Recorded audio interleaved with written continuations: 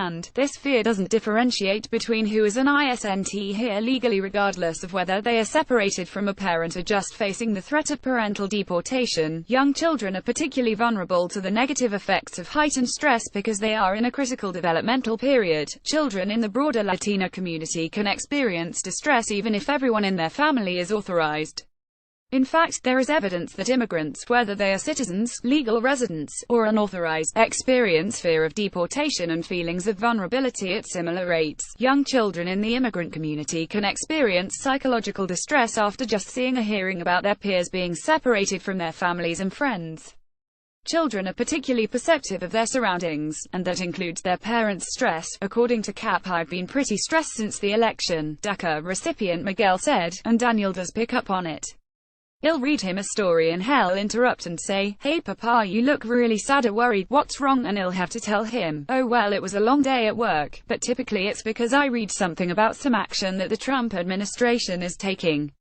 But the reality is that immigrant parents like Miguel are being forced to take steps to ensure the future of their children in the U.S. in case they are deported, including giving power of attorney to relatives or close friends. Miguel and Carmen decided that in the case of their deportation, Daniel would stay in the United States with his grandparents, who are now U.S. citizens, to maintain stability in his life. It's hard enough that his mom and dad would not be around to the degree that Daniel's used to, and so it just made more sense, Miguel said. Daniel was born here, he's a U.S. citizen, he goes to school here, so let's keep him in a stable environment.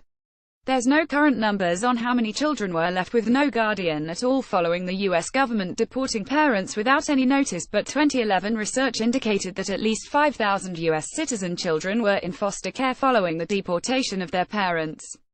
While Cap notes that together, the consequences of toxic stress and economic insecurity on young children could severely affect the nation's future workforce, it's also important to note that it's about more than just money, it's about kids, and mass deportation policies stand to irrevocably scar and harm this entire generation of Americans for years to come.